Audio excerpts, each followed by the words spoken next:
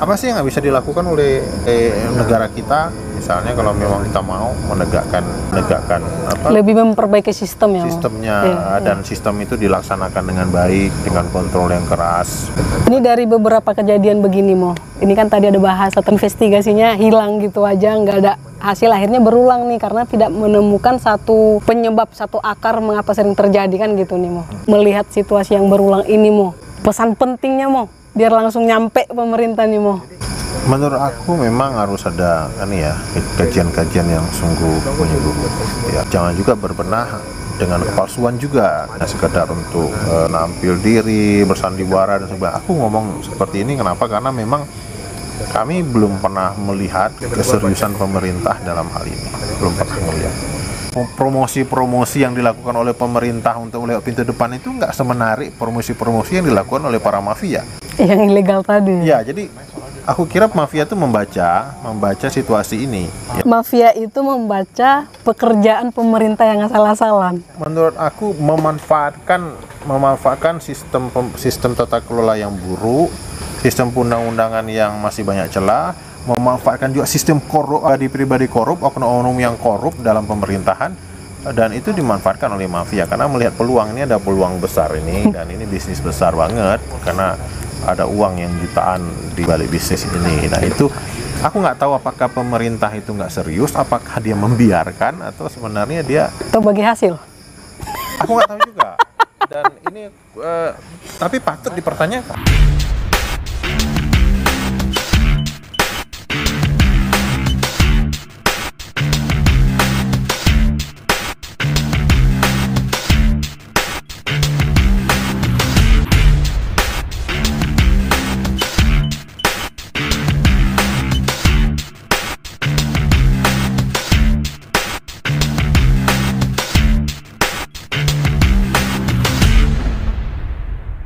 Selamat malam teman-teman KDK Lover. Malam ini kita ada di kediaman Pastor Romo Pascal. Mengingat kapal tenggelamnya Mo yang ilegal nih, yang memakan korban 7 orang ya.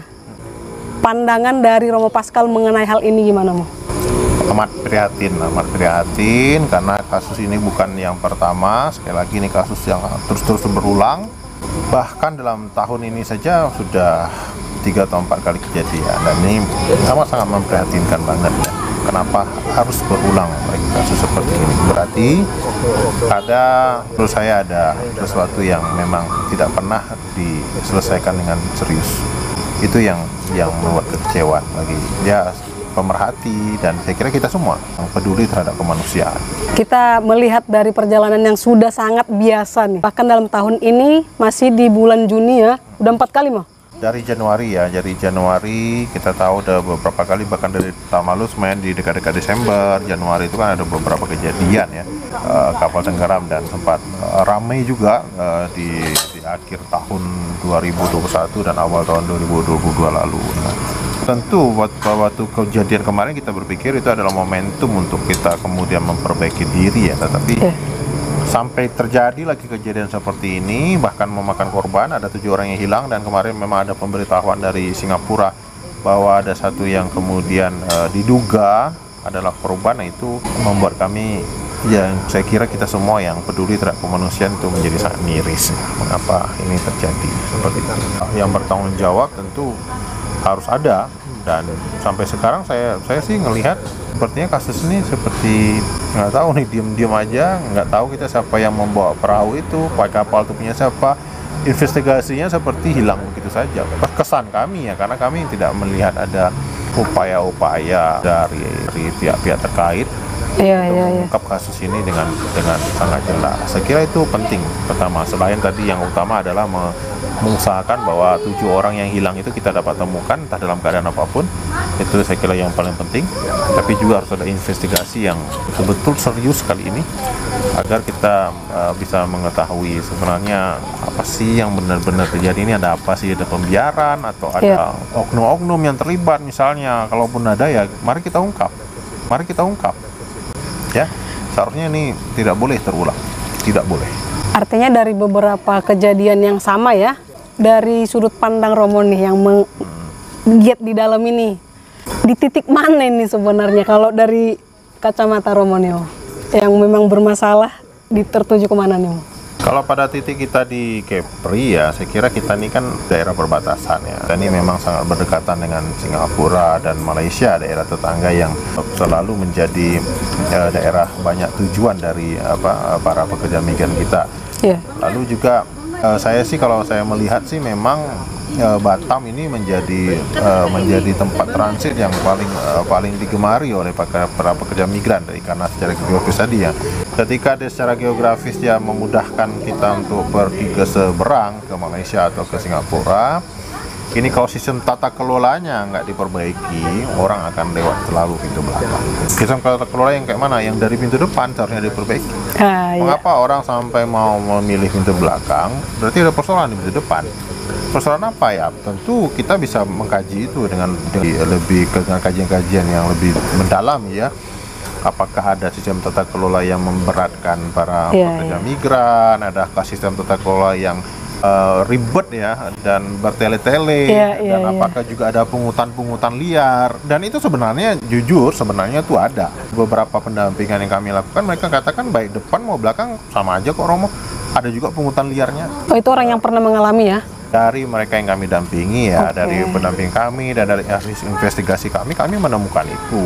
Dan itu menurut saya yang tidak pernah selesai diinvestigasi, yang tak pernah selesai dibereskan oleh pihak-pihak yang sebenarnya bertanggung jawab. Siapa?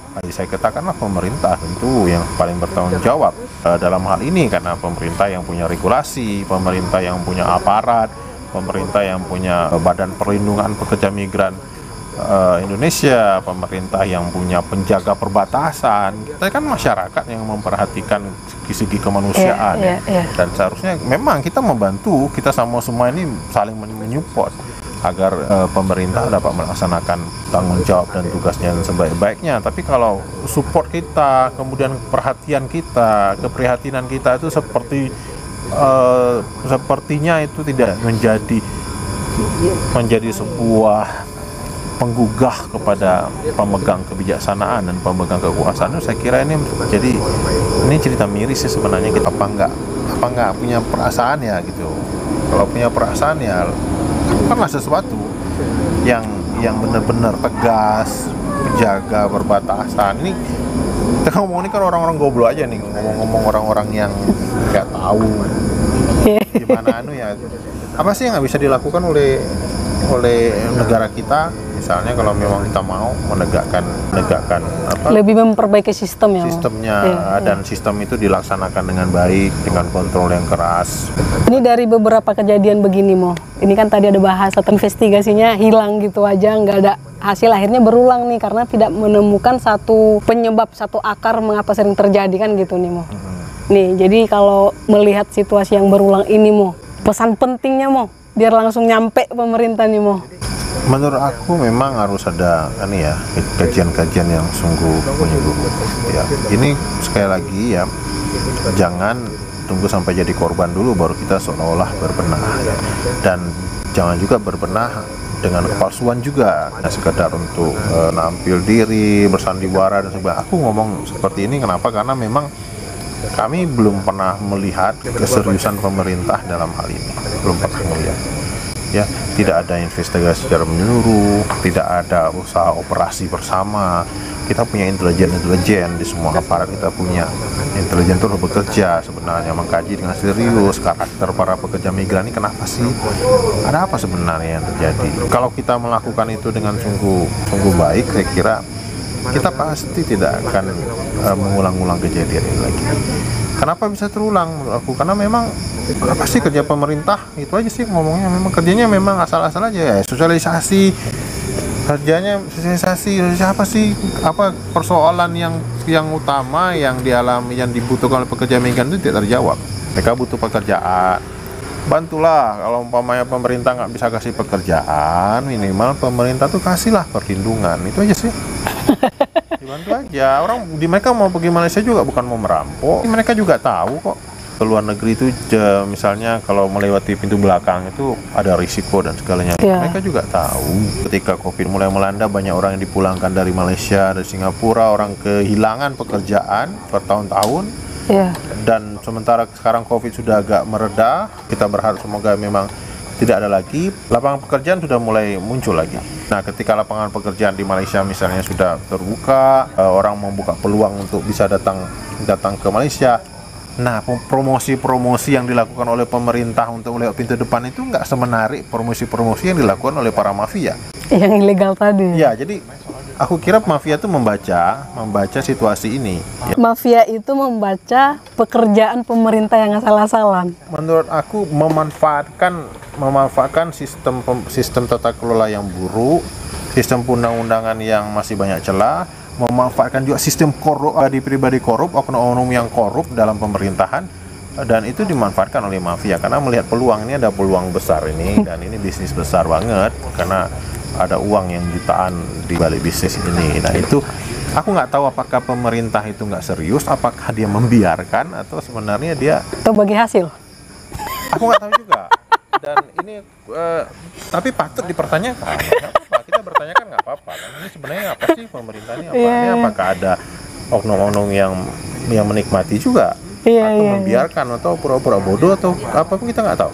Ya, jadi gimana ya? Nggak tahu kok. Mungkin yang orang-orang ilegal ini kita harus apresiasi, mereka lebih cerdas daripada yang di pemerintah ini. Gimana pula ya?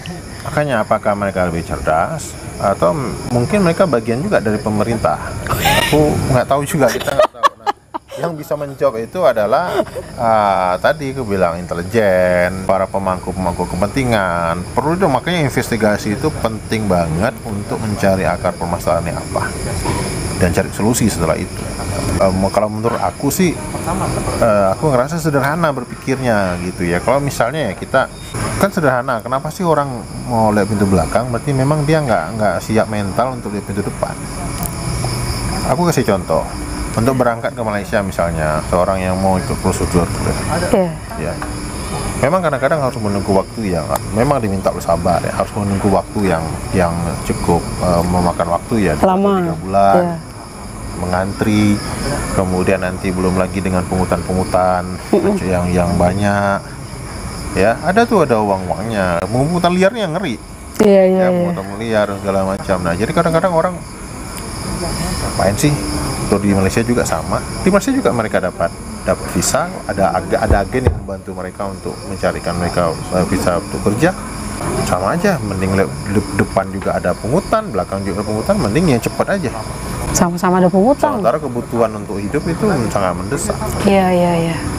Dan pemerintah kemudian juga diam-diam aja. Sampai sekarang juga kita nggak tahu tuh siapa yang tekongnya, siapa yang punya kapal, kita nggak tahu. Apakah jangan-jangan tuh hantu yang bawa mereka kemarin Iya. ke Malaysia? Aku lihat juga beberapa artikel di media yang tidak disebutkan. Nggak pernah disebutkan, kita nggak tahu tuh kapal itu punya siapa. Emang kapal hantu kali ya, atau kapal apa ya?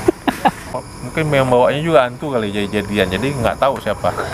Romo bahasanya soft sebenarnya, tapi nyelekit gitu ya, Mo. Apalah, nyelidik kali lah. Oke, terima kasih, Mo. Ini yang terakhir nih, Mo, mengingat beberapa nyawa ya, berbicara nyawa nih, Mo. Memang ini yang sudah biasa Romo dampingi, dan pemerintah, kita katakan kembali, investigasi juga tiba-tiba hilang, nggak tahu hasilnya seperti apa, dan itu sering berulang. Kalau mungkin investigasi pernah tuntas sampai ke akar dan selesai, mungkin nggak berulang kan gitu. Dan itu pantas kita pertanyakan seperti kata Romo. Harga dari nyawa itu nggak ternilai gitu ya, Mo. Tapi definisi nyawa ini yang mereka seakan tidak peduli nih, Mo. Pesan khusus perihal nyawa yang baik itu ke orang mafianya yang tidak memikirkan risiko itu, yang masa bodoh, pun terhadap pemerintah yang juga tidak peduli dengan yang seharusnya mereka bertanggung jawab akan itu. Ini soal nyawa nih, Mo. Ya, kalau kita punya hati nurani ya seharusnya kita sedih dan kita prihatin. Dan keprihatinan kita, kesedihan kita kemudian membuka pikiran kita untuk melakukan sesuatu yang terbaik lah.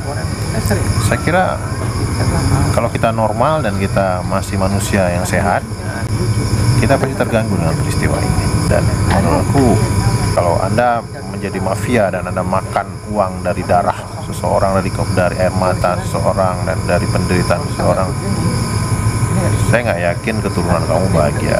Itu penghinaan sebenarnya terhadap martabat manusia. Itu sebenarnya menandakan matinya seseorang terhadap kemanusiaan. Nah, aku pikir sebenarnya kita punya modal kemanusiaan aja dalam diri kita, dan kalau kita punya jiwa yang sehat dan manusia yang kita normal, menurut aku kita normal dalam pengertian sisi kemanusiaan kita tuh bekerja dengan baik. Kita pasti akan terganggu dengan ini dan kita akan berhati dan kemudian kita melakukan sesuatu. Itu yang menurut aku perlu kita ingatkan terus. Dan kalau aku pribadi, saya tidak akan pernah diam dan juga tidak pernah akan berhenti menyuarakan hal ini, entah didengarkan entah tidak. Saya akan terus mengatakan sesuatu yang menurut saya baik dan juga untuk kemanusiaan. Tidak ada kata berhenti. Itu sih. Saya merinding, ini ngeri kalau udah nasihat dari Romo ini. Oke Mo, terima kasih Mo. Besar harapan kita, semoga perjuangan-perjuangan Romo menular buat generasi-generasi muda yang berani bersuara seperti Romo. Terima kasih banyak Mo. Panjang umur perjuangan. Siap.